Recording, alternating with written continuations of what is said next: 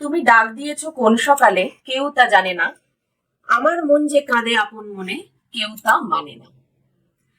এটি অচলায়তন নাটকের প্রথম দৃশ্যে পঞ্চক বলে যে চরিত্রটি আছে তার গলায় এই গানটি গাইতে শোনা যায়। অচলায়তন আমরা সকলেই জানি রবীন্দ্রনাথ ঠাকুরের লেখা একটি নাটক। এই অচলায়তনের প্রথম দৃশ্যে দেখা যায় পঞ্চক নামের চরিত্রটি এই গানটি উদাত্ত কণ্ঠে গাইছে।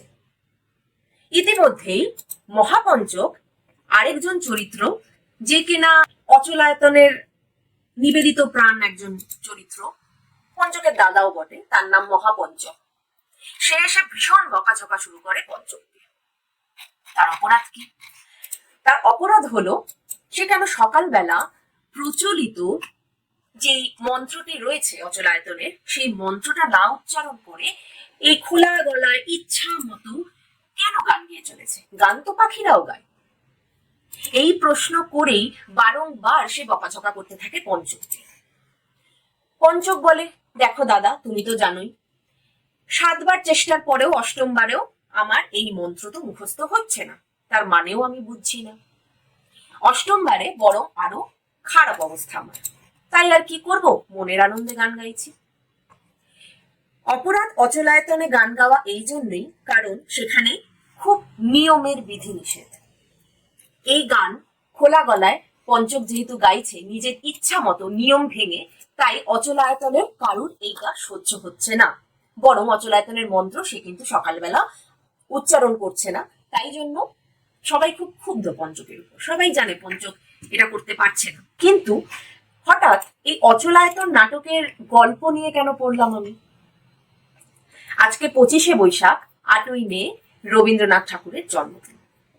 কোনো বাঙালি এমন নেই আজকের দিনে তাকে স্মরণ না করে কোনো মনের ভাব প্রকাশ করেছে। আমিও তার ব্যতিক্রম নই। রবীন্দ্রনাথ বসে যখন এই নাটকটা রচনা করেছেন তখন উনি হয়তো ভেবেছিলেন তার পরবর্তীকালে কিছু হয়তো পরিবর্তন হবে, হয়তো ভেবেছিলেন, আমার ব্যক্তিগত মতামত।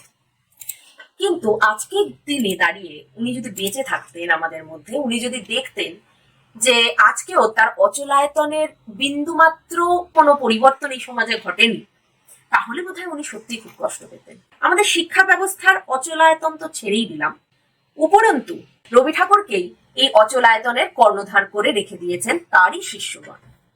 তাদের চোখ রাঙানিতে অনেক মানুষেরই বুকের মধ্যে ঢিপ ঢিপ করে তার যে রচনা সম্ভার, সে গান হোক, কবিতা হোক, যাই হোক, সেটা নিয়ে পরীক্ষা নিরীক্ষা করা।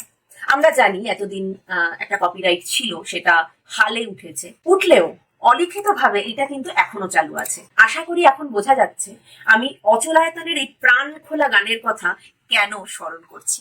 এই নাটকেরই আরেকটা অংশে দেখা যাচ্ছে রবি ঠাকুর এই অচলায়তন গৃহকে এমন ভাবে আমাদের কাছে ডিসক্রাইব করেছেন যেখানে আলো বাতাস ঢোকে না, দরজা জানলা খোলার মানে নিয়মের বেড়াজাল হিসেবে উনি এটাকে তুলে ধরেছেন আমাদের কাছে, যেটা খুব রিজিড, খুব মানে এদিক থেকে ওদিক হবে না, নিয়ম কানুন বেড়াজালের মধ্যে সবাই একেবারে আষ্টে পিষ্টে বাঁধা, তার মধ্যেই সবাই উঠছে বসছে, যেন রোবট। মানুষের প্রাণের কোনো ছোঁয়া নেই, কোনো ছন্দ নেই, কোনো লালিত্য নেই জীবনের। তো এই জিনিসটার অচলায়তন বলে উনি আমাদের কাছে প্রেজেন্ট করেছেন। তো এই নাটকের একাংশে দেখা যাচ্ছে অচলায়তন গৃহের যিনি আচার্য ছিলেন সেই আচার্যের সাথে পঞ্চকের একটা কথোপকথন। তো আচার্য পঞ্চককে জিজ্ঞেস করছেন, তুমি কেন মন্ত্র শিখতে পারছো না? তখন পঞ্চক তার উত্তরে বলছে, কি করব গুরুদেব, আমাকে ক্ষমা করুন, আমি কিছুতেই পেরে উঠছি না। তখন গুরুদেব বলছে যে দেখো, হাজার হাজার বছর ধরে এই যে প্রথা অচলায়তনের, হাজার হাজার বছর ধরে হাজার হাজার মানুষ এই প্রথাকে কিন্তু মেনে এসেছে, এই প্রথাকেই শিখে এসেছে, এই মন্ত্রের উচ্চারণ করে এসেছে। তাহলে আমি কিভাবে আমার ইচ্ছা মতো এই প্রথাকে ভেঙে দিতে পারি? এবং সবাই হাজার হাজার বছর ধরে এই প্রথা মেনেই কিন্তু নিশ্চিন্তে আছে। তার প্রত্যুত্তরে পঞ্চক বলে, যে নিয়ম সত্য তাকে ভাঙতে না দিলে যে তার পরীক্ষাই হয় না। এই যে এত বড় একটা সত্যি কথা রবীন্দ্রনাথের হাত দিয়েই লেখা হয়েছে অচলায়তন নাটকের পংক্তিতে, তো এটা কিন্তু একটা খুব বড় সত্যি কথা। পরীক্ষায় যদি না হবে তাহলে সেই সত্যের যথার্থতা কোথায়? এরপরে আচার্যকে আরো বলতে শোনা যায়, ওর পঞ্চকের এই প্রত্যুত্তরে আচার্য কিন্তু এক সময় বলেন যে আমি তোমার যে এত নিয়মের চাপে তুমি পড়ে এখানে যে এত তুমি কষ্ট পাচ্ছ, তুমি মন্ত্রগুলো আওড়াতে পারছো না বা আমাদের নিয়মগুলো শিখতে পারছো না, তোমার কষ্ট হচ্ছে, কিন্তু তোমার কোথাও তারপরে তুমি নিজের মতো গান গাইছো, তোমার কোথাও প্রাণের কিন্তু কোনো পূর্তি লক্ষ্য করা যাচ্ছে না। তো সেটা দেখে আমার মনে হয়েছে যে কোথাও মন যেন নিয়ম বা মন্ত্রের থেকেও অনেক বড় শক্তি। তো এই কথাগুলো এই জন্যই বলা যে এই লেখাগুলো যখন রবীন্দ্রনাথের হাত ধরেই লিখিত হয়েছে, মানে রবীন্দ্রনাথ তার নিজের ভাব প্রকাশ করেছেন গল্পের যে মুখ্য চরিত্র তাদের মধ্যে দিয়ে, তাদের সাথে, তার সাথে আর অন্যান্য যারা চরিত্র আছেন তাদের কথোপকথনের মধ্যে দিয়ে।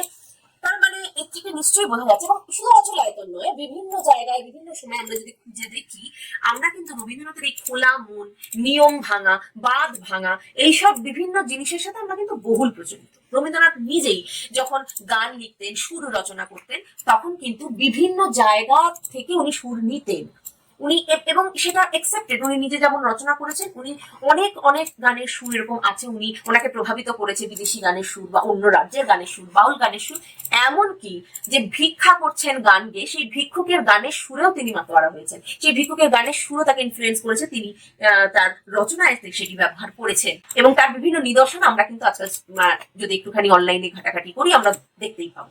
এমন কোনো হিউম্যান ইমোশন নেই যাকে ব্যাখ্যা করা যায় না রবীন্দ্রনাথের এই বিপুল রচনা সম্ভার দিয়ে।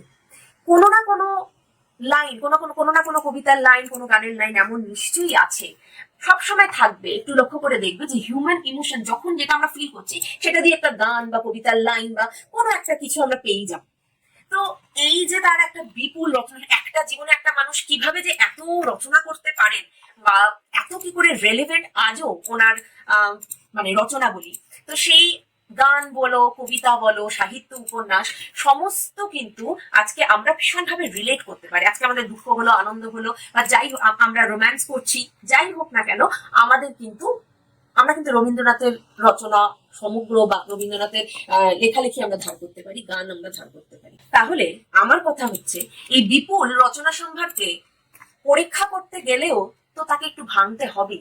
এই ভাঙা গড়ার মধ্যে দিয়েই তো তার যথার্থতা, এই ভাঙা গড়ার মধ্যে দিয়েই তো তার এই যে কালজয়ী উপন্যাস, এগুলো যুগের পর যুগ ধরে মানুষের কাছে সমানভাবে সমাদৃত থাকবে। সে মানুষ যতই পরিচিত হোক, যতই টেক ফ্রেন্ডলি হয়ে যাক, যতই বিজি হয়ে যাক, যতই তারা যন্ত্র নির্ভর হয়ে যাক, তাদের প্রাণের পরশটা তারা খুঁজে পাবে কিন্তু সেই রবীন্দ্রনাথের রচনার মধ্যে দিয়ে। কারণ আর্ট বা কালচার, এই আর্ট এবং কালচার, এই জিনিসগুলো তো এমনই না, এই জিনিসগুলো তো ফ্লুইডের মতো, মানে বংশের পর বংশে মানুষ মানে যেন স্রোতের মতো বয়ে যায়, নদী। তো এই জিনিসটাকে যদি আমরা বেঁধে রাখি একটা বজ্র আটুনি দিয়ে, না এইভাবেই করতে হবে, এইভাবেই এটা বলতে হবে, ঠিক এইটার পরে এইখানে এই নিঃশ্বাসটা নিয়ে তবেই পরের লাইনে যেতে হবে, মানে এরকম এরকম কিছু না। ভালো কথা, যখন উনি রচনা করেছেন উনি হয়তো সেইভাবেই রচনা করেছেন। এখন যদি আরেকটা মানুষ এসে, আরেকজন শিল্পী এসে তার গানকে ভালোবেসে বা তার অন্যান্য সৃষ্টিকে ভালোবেসে তার মতো করে তার মনের যে ইমোশন, তার প্রাণের ছন্দে যদি সেটাকে পরীক্ষা নিরীক্ষা করতে চান, সেটাকে পরীক্ষামূলক ভাবে অন্যভাবে একটুখানি ব্যবহার করতে চান, তাকে কেন এত সমালোচিত হতে হবে, বা তাকে কেন বলতে হবে হ্যাঁ তুমি কোট আনকোট রাবীন্দ্রিক নও, মানে এটা একটু অন্যরকম হচ্ছে, তুমি ভাঙতে চাইছো, তুমি ব্যাপারটাকে নষ্ট করতে চাইছো। আমার ঠিক ব্যক্তিগত ভাবে এই মানে এই কনসেপ্টটার ঠিক মানতে আমি পারি না। কারণ মানুষের মনের ভাব প্রকাশের একটা শৈল্পিক রূপই হচ্ছে আর্ট, এটাকে বইতে দিতে হয়। রবীন্দ্রনাথ যেমন অচলায়তনের জানলা দরজা সব খুলে আলো বাতাস আনাতে চেয়েছেন অচলায়তনের ভিতর, যাতে সবাই নিঃশ্বাস নিতে পারে প্রাণ খুলে, যাতে সবাই তার চিন্তা শক্তিকে আরো বেশি করে কার্যকর করে তুলতে পারে, সেটার জন্যই তো আলো বাতাস খেলাতে বলেছেন। যদি কিছু আরোপিত সত্য আমাদের উপর চাপিয়ে দেওয়া হয়, তা সে যতই বড় সত্য হোক না কেন, বিভিন্ন মানুষ যে বিভিন্ন রকম সেই সাইকোলজিক্যাল ট্রুথটা কিন্তু রবীন্দ্রনাথ ঠাকুর বুঝেছেন। রবীন্দ্রনাথ ঠাকুর অতদিন আগে থেকে বসে এই যে মানুষের মন সম্পর্কে এতটা সচেতনতা, মানুষের মনের সাথে এতটা কানেকশন, হিউম্যান সাইকোলজি নিয়ে কিন্তু ওনার যথেষ্ট ইন্টারেস্ট। তো এর জন্যই উনি এই যে মনের জানলা দরজা খুলে দেওয়া, এই যে অচলায়তন, এই জিনিসগুলো কিন্তু উনি সত্যি সবার সামনে আনতে পেরেছে। আর ওনার লেখার, ওনার ভাষার দক্ষতা তো আছেই, সেটা কিছু বলার নেই। আমার মনে হয় রবীন্দ্রনাথ ঠাকুর বোধহয় খুশি হতেন যদি উনি দেখতেন যে তার সৃষ্টি সম্ভার নিয়ে জেনারেশন আফটার জেনারেশন লোকজন খুব স্বতঃস্ফূর্ত ভাবে পরীক্ষা নিরীক্ষা করছেন, ভেঙে গড়ে সেটাকে নতুন ভাবে নিজের মতো করে নিজের প্রাণের আনন্দে সেটাকে প্রস্ফুটিত করছে, সেটাকে নিয়ে চর্চা করছে। বরং সেখানেই তার যথার্থতা, তার সৃষ্টির যে আনন্দ, সেটা উনি হয়তো পেতেন বলেই আমার মনে হয়। যিনি অচলায়তনের মতো নাটক লিখতে পারেন, যেই মাইন্ডসেট নিয়ে উনি লিখেছেন, যেই সাইকোলজিক্যাল অ্যাসপেক্ট থেকে উনি লিখেছেন, সেই সাইকোলজিক্যাল অ্যাসপেক্ট অ্যানালিসিস করেই আমি বলছি যে হয়তো কেন আমি অনেকটা একদম শিওরই, মানে উনি খুবই খুশিই হতেন। আর আমি মনে করি না সৃষ্টি নিয়ে ভাঙা গড়া চললে তার যথার্থতা নষ্ট হয়, বরং তার যথার্থতা আরো বেড়ে যায়। তোমরা কি মনে করো সেটা কিন্তু কমেন্ট করে অবশ্যই জানিও। শুভ রবীন্দ্র জয়ন্তী।